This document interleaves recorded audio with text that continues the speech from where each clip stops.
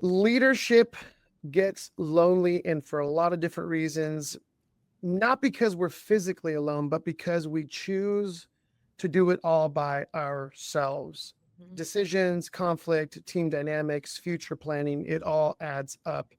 And sometimes without realizing it, we shift from leading with our team to carrying the team. Yeah. That's when the pressure builds.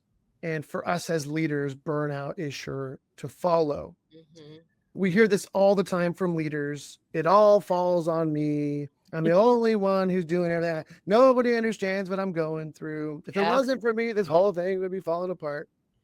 And it's true. Leadership does carry a unique weight of responsibility. Mhm. But when we start believing that we're the only one who can do it all, we miss the opportunities to develop others and spend our time instead juggling a million balls.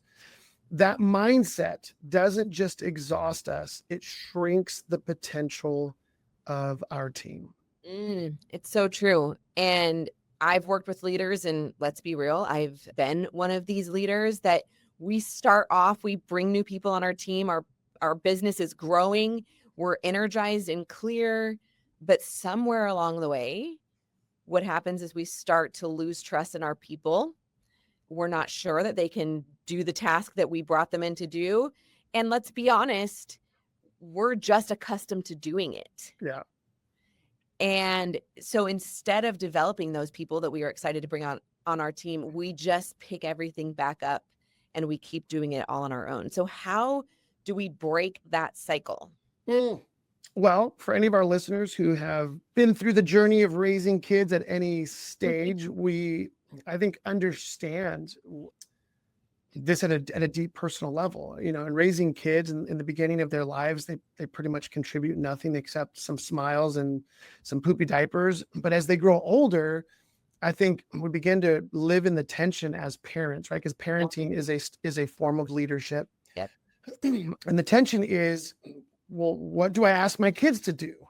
And do I give them chores? And do I ask them to take on greater responsibility? And I think in our best moments as parents, we understand that as our kids get older, we want them to become greater contributors to the household dynamic. Yeah.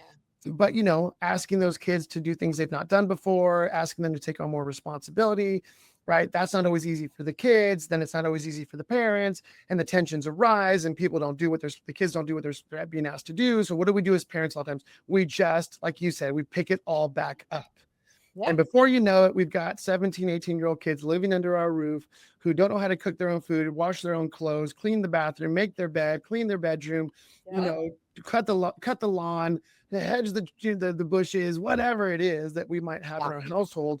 But we've got a bunch of kids who are underdeveloped and not contributing well to the family dynamic, Okay. not because there's something wrong with those kids, but because we as parents didn't know how to develop them, to lead them through a process that would not only empower them, which is in their best interest, but also empowers the whole family unit. Now, we can lay that exact same set of principles over on to any business or team environment because we have seen this over and over and over again, where a leader is carrying a lot of responsibility, starts to build a team, the organization starts to grow, and our inability to require more of those around us to then develop them appropriately leads to this stagnation, right? This plateauing experience where I have to do everything. I can't give any more to the people around me. And then we get stuck. And so growth is stalled. Mhm. And the number of organizations we've worked with that are find themselves at this kind of crisis juncture where it's like, we know we need to grow. We know we need to get to another level. We're not sure how to get there. And very often it has more to do with the mindset of the leaders at the top of the pile than it does with the people anywhere down chain. And well, let me add this caveat, okay? Because sometimes it is an inability or an unwillingness or a lack of know-how to develop the team. And sometimes though, let me say as a busy working mom, if we're looking at it from the household perspective, it's like I ain't got time I do not have the time to show you for the 30th time how to tie your freaking shoe. So Yeah. just come here and let me tie Yeah. it. We got to Yeah. get out of the house, Yeah. Yeah. you know? Yeah. And that is a leadership reality that the thinking of carving out the capacity to develop your team sometimes is Yeah. a moment of paralysis in and of itself, because you're already doing your job and now you have to you want me to develop more people, Eric? You want me to Yeah. spend time developing people? Yep. Yep. This is why I often tell people that leadership skills are different to your normal job related skills. That's right. Right? Like we all have our own job role and responsibilities of what we've got to do to make sure the company works, the team works, the machine moves forward. But this conversation that falls under the category of leadership and our responsibility to set expectations and develop those around us is an entirely different skill set, which quite frankly, most of us didn't learn in school. We didn't learn on any job, context. And we're trying to figure it out. It's why parenting is so hard. It's why leadership is so hard, because let's be honest, this stuff isn't talked about a lot. And so that's why we're talking about it today. Yep. So let me say this. We've watched a lot of leaders, teams, and even organizations get stuck and plateau because there's little room for growth and development. Ain't nobody got time for that, right? But as your business grows, your team has to grow, which means the leader in charge has to grow in their ability to empower those around them. Because here's the thing, as leaders, we have limited time, energy, bandwidth. Yep. We can only do so much. So if we're not willing to give stuff away and it stays on our plate, we can only add so much to the plate before we're overwhelmed, burned out, and exhausted. If you're the only one who can do everything, then you become the bottleneck. And we've seen this time and time again. And I am as guilty as anybody over the years of becoming a bottleneck until my team says, you're the bottleneck. You're the problem. Right on you, buddy. That's right. And if your people aren't being coached, if they're not being supported, if they're not being challenged to step up, then they'll stay passive. Because that's what happens. If we don't expect more from our kids and we don't lead them in an appropriate way, then they will just kind of resolve to, I guess this is all I'm expected of in this context. And I don't see my kids offering to do the dishes. I don't see my kids offering to do more than what is expected. Yeah, mom, dad, give me some more chores. I want to grow in responsibility. Yeah, no, it's not happening. It's not happening. Not only will they become passive, but we as leaders stay just terribly overwhelmed. Yeah. If we want to get unstuck, and if our listeners resonate with anything we're saying up to this point, right? And maybe for some of our listeners, they're on a team with a leader who's operating in this stuck way, right? Yeah. But if we want to get unstuck, if we want our teams to go to new levels or our organizations to go to new levels, we have to risk giving responsibility away. Yep. And that requires that we take time to invest in the development of our teams. We have to provide a clear vision of what is it that we expect of them and provide the opportunity for them to grow into it.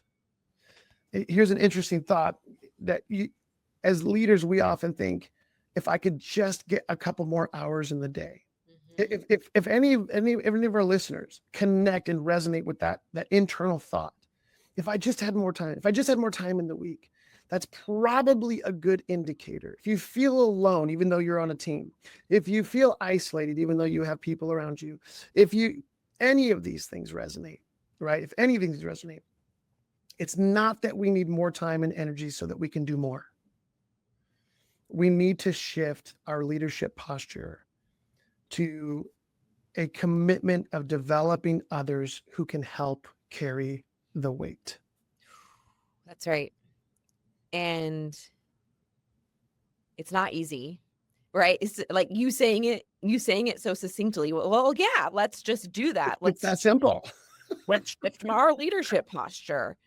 But how do we actually do that? Because I don't want to sit here and give our listeners false hope or make it sound like it's easier than it is, or be those people that sit in front of a microphone and tell you how to do it.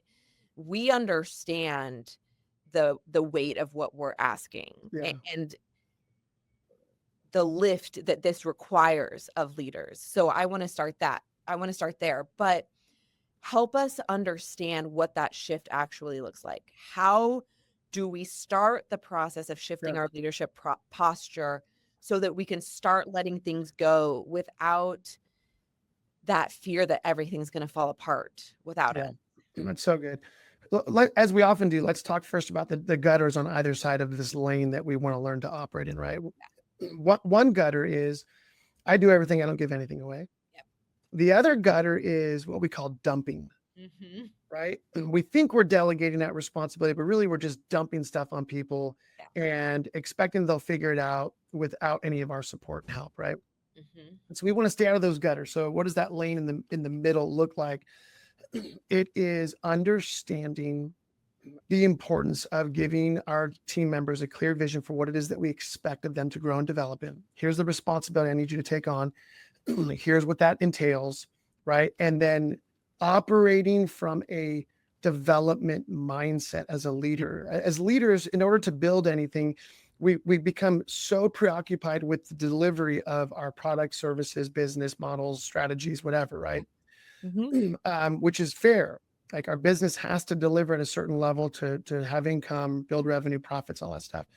But I think we can become so consumed with a delivery mindset, and we lose sight of the importance of a development mindset as leaders, right? Mm-hmm. So here are a couple of questions. Then I want to just unpack this really quickly. First of all, do we understand what the development process entails?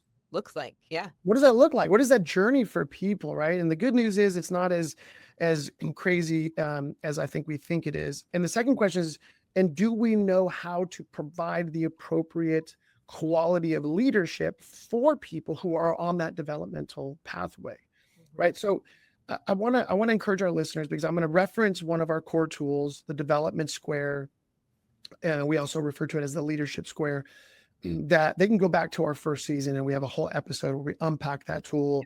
But it's simply it's in the shape of a square, right? Because what we know of a square is it has four sides, and those four sides illustrate for us the four stages that we as human beings have to go through when we're developing in any area of our life, period. Right? From learning to brush our teeth, wipe our own bottoms, make our bed, tie our shoes, drive a car, learn how to type with your fingers on the home, keys of a keyboard, to use particular software programs, to run a meeting. It doesn't matter. Any skill, ability that we look to develop in our lives requires that we go through all four stages. Now, here's the good news about that, is that every one of our listeners, including us, we've been through 1,000 squares through our life. So this is not a foreign concept. All we're going to do is put language to what we've already experienced. So any area of skill or ability that we have, we necessarily went through all four stages of this, what we call the development square, right? And the first stage is very simple. I don't know what I don't know, right? I'm starting something new. I'm going to give it a go, but I don't know what I don't know. The second stage is, this is really hard, harder than I thought. I suck at it. And I don't like sucking at things, and therefore I'm tempted to give up. But if we persevere through that second stage, we get to the third stage, which is, you know what? I'm starting to wrap my head and my hands around this. I'm starting to understand this and figure it out, until we persevere and get to the fourth stage, which is, I just know how to do this. Like I tell to our listeners, like, do you have to relearn how to drive a car every time you get in a car? Thank God, no. Most of us get to work most days and we're like, how did I get here? Right? Because I was thinking about my schedule. I was thinking about a conversation with my spouse, or how my kids doing off at college, or whatever it is.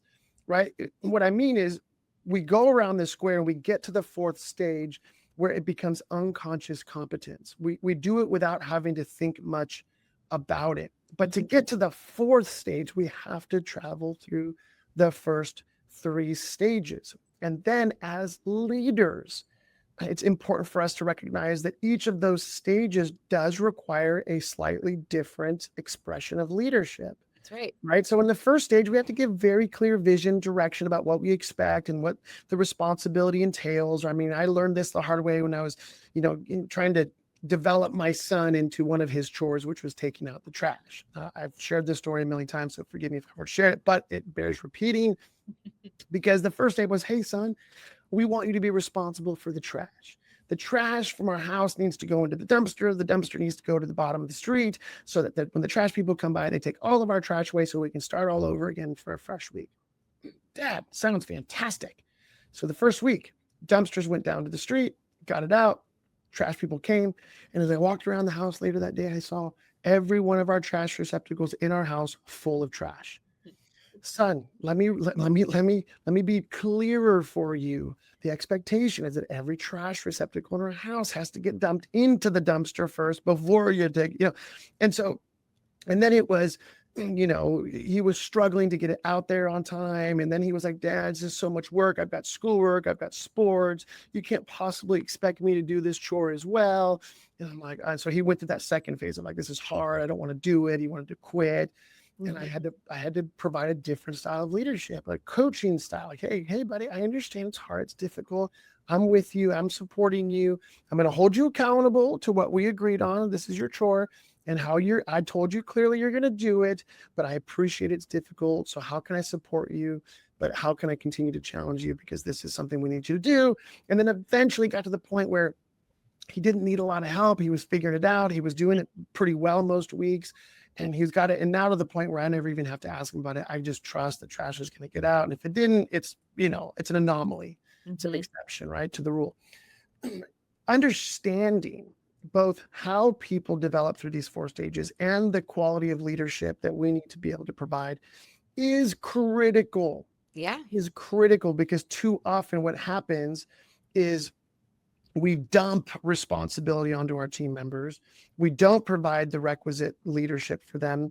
So they get frustrated. They stall out. They struggle. Now we're mad at them. Now we start blaming them. We think they're terrible team members that why did I even bring you on the team? You can't even carry more weight. And really, at the end of the day, as leaders, the first person who has to take accountability is us, the leader, to say, have I provided the appropriate partnership to give you the best chance of getting through all 4 stages so that ultimately you own that responsibility. And guess what? If you own it, I don't have to own it. And now as a leader, I have fresh margin, mental, emotional, and physical margin to be able to take on new things.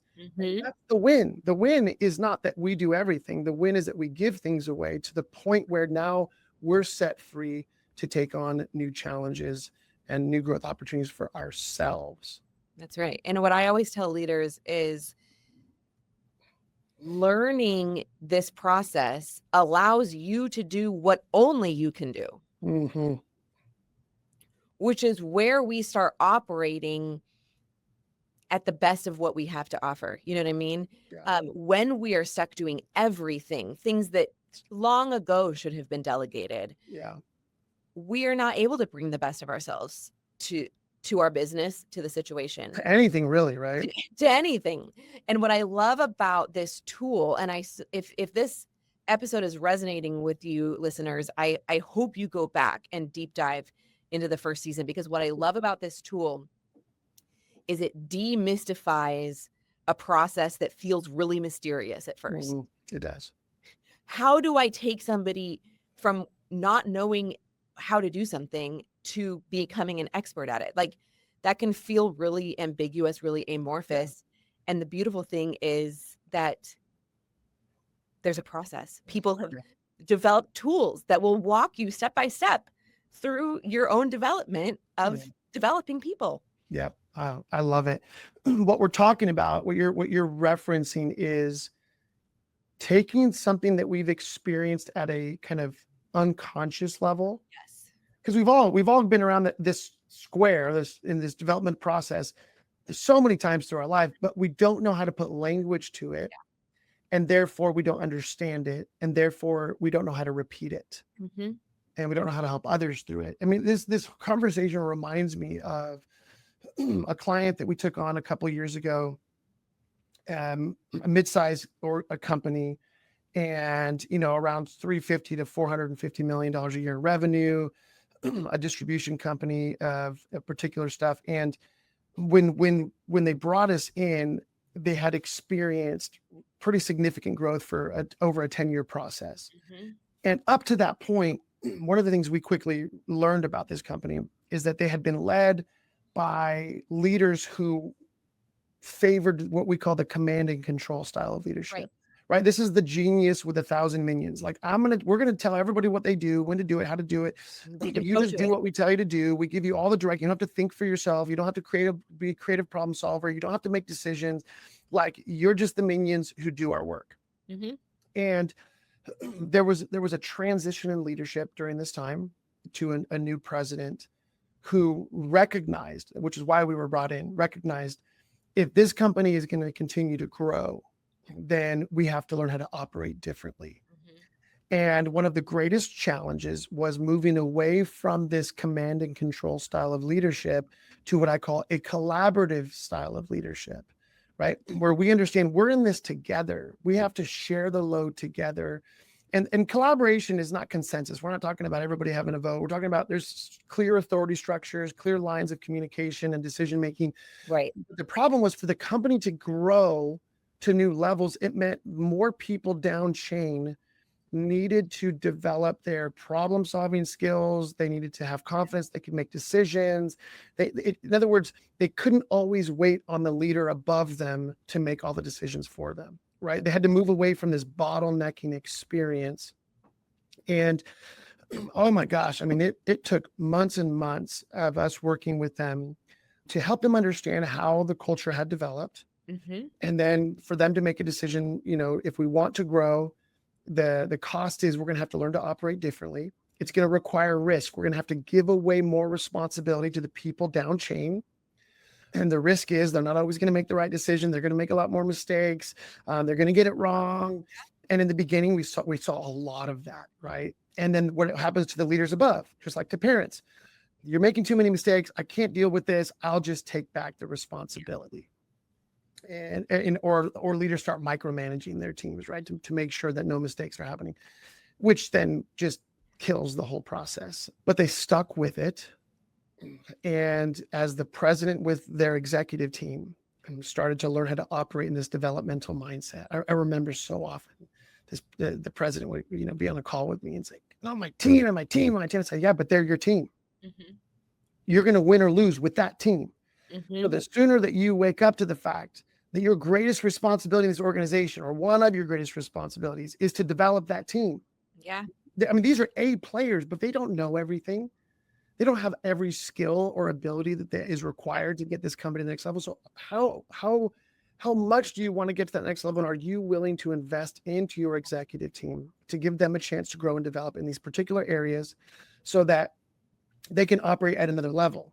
Mm-hmm. So they don't always have to come to you for decisions and problem solving. Okay. And then guess what? The same way that I'm training you, we're going to train that executive team so that they can do that down chain and then down chain and then down chain, so that more and more of the organization is filled not with people who are minions, but they are filled more with people who have leadership skill.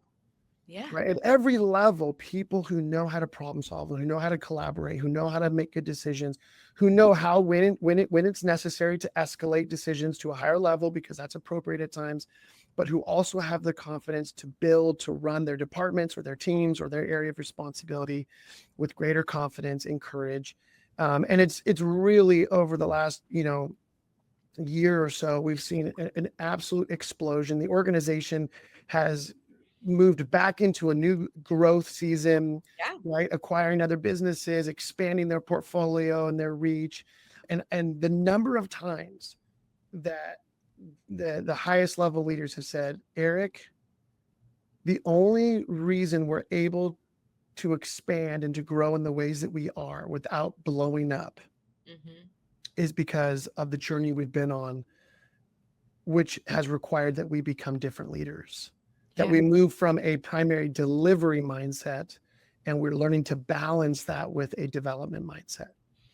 Yeah. And what I love about the story of working with this particular company is they did recognize that what they had was a capacity issue. It did feel really lonely at the top for those handful of leaders that were directing and delegating everything, right? not in a helpful way. They were dumping, as we would say, just telling people what to do. You very quickly reach the capacity of what you can accomplish as an organization because you're out of hours in the day, as we talked about earlier. Yeah. But Yeah. when you develop people who then can develop people, suddenly your capacity grows exponentially. Mhm. You mushroom cloud your ability to grow as an organization because all of a sudden, oh, it's not dependent on one or two people who are directing and deciding everything. That's right. That's right. And that is what we are watching happen with them. And what's interesting is we're watching this play out in real time over and over again as the teams move down chain of, yes, now this group is having to learn how to balance and appreciate their delivery with the delegating and developing, their delivery with the developing side Yeah. of leadership.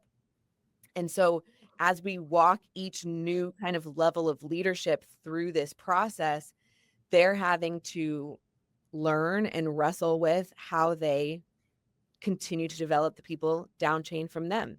Yeah. But it has provided for a new season of growth that would not have been possible if they had stayed in the command control style of leadership. Yeah. I love that. Let me say this. I really believe that the future success of any team or organization is predicated on us as leaders understanding that our people are the answer. They are the solution. It doesn't mean we don't turn people over. It doesn't mean we don't upgrade, personnel, because at times that's what's important, because we will have people on our teams that are either unable or unwilling to upgrade their performance, right, and their capacity. Right. However, as leaders, to understand that our business will grow to the level that we develop our teams is so important, because it does take time and energy, right? And it does require that we create the margin in our schedule to invest into our teams. But what I tell people is the benefits on the other side of that journey are exponential. Yeah. Like this company we're talking about, they've experienced exponential growth in a very short period of time because they've spent time really focusing on the development of the people that are in their midst. And so as everybody's capacity grows, guess what happens? The company grows, right? But again, as parents, as leaders, we have to fight against that temptation that says, well, if I want it done right, I got to do it myself. I'm the only one who knows how to do this. I got to juggle all the balls. I got to carry all the way. I got to make all the decisions. I got to solve all the problems in my midst. And we realize very quickly that is a recipe for burnout and disaster.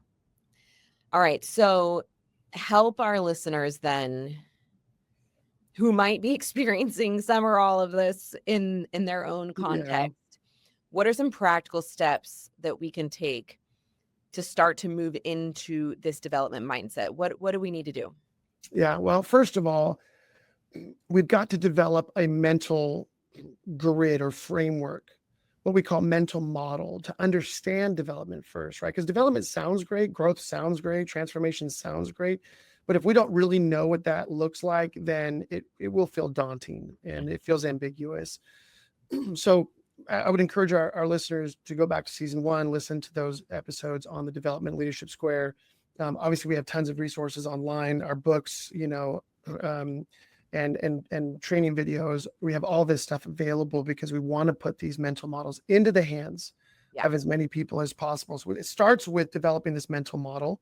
Secondly, it's then reflecting, I think, on our journey to recognize and pay attention to, what are the areas of my life that I've been around the square, right? Because it's not an unfamiliar journey. It's just we don't have language for it. So once we have the mental model, the development square, we can chart our own journey around the square and go, oh, I've been through this so many times. So now it becomes increasingly more familiar, which then gives us confidence to look around, whether it's to people in our household, people in our teams, in our organization, and to ask the simple question, hey, where do I have an opportunity to give away responsibility?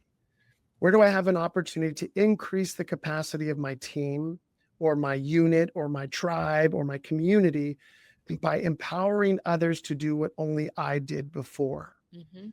And then if we understand that the development square, we have an opportunity to say, okay, I know this journey they're going to be on. And then even more to ask the question, okay, am I prepared to provide the quality of leadership that's going to give this person the best chance of developing this in this area and being able to take on that responsibility? And before you know it, as we're doing that, we're just able to carry more weight. And we as leaders no longer feel desperately alone in this.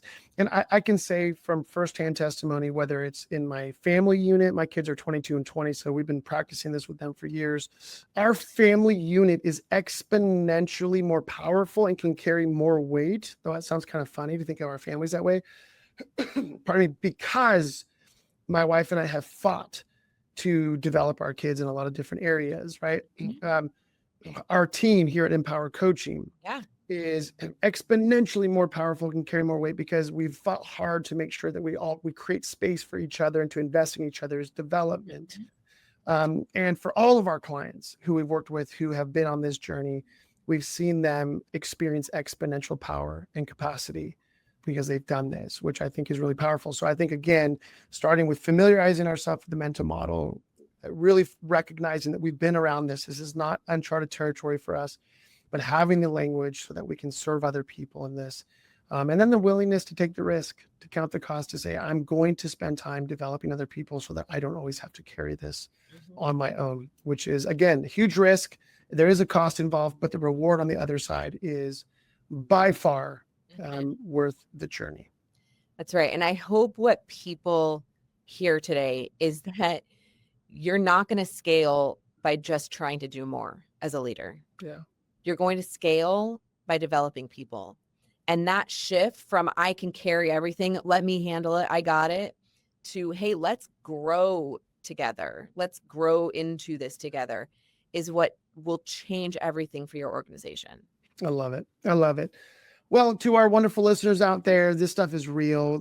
I hope that we're really trying to get to where the boots hit the ground, where the rubber hits the road. We're trying to get into the trenches of life and leadership. And the good news is all of these leadership tools that are a part of our operating system, our leadership operating system, really are tools that transcend every area of our lives. So the good news is we don't have to learn, totally different tools kit for marriage, for family, for personal or professional. This toolkit really does serve us across the board to bring our best selves to any situation and to influence that environment well. Thanks for joining us today. If this episode gives you language for something you've been experiencing or feeling or struggling with, we want to encourage you to send this episode or share it with somebody else. And next week, we're going to be talking about control and how to spot it in your leadership and what it really looks like to lead with trust. Until next time.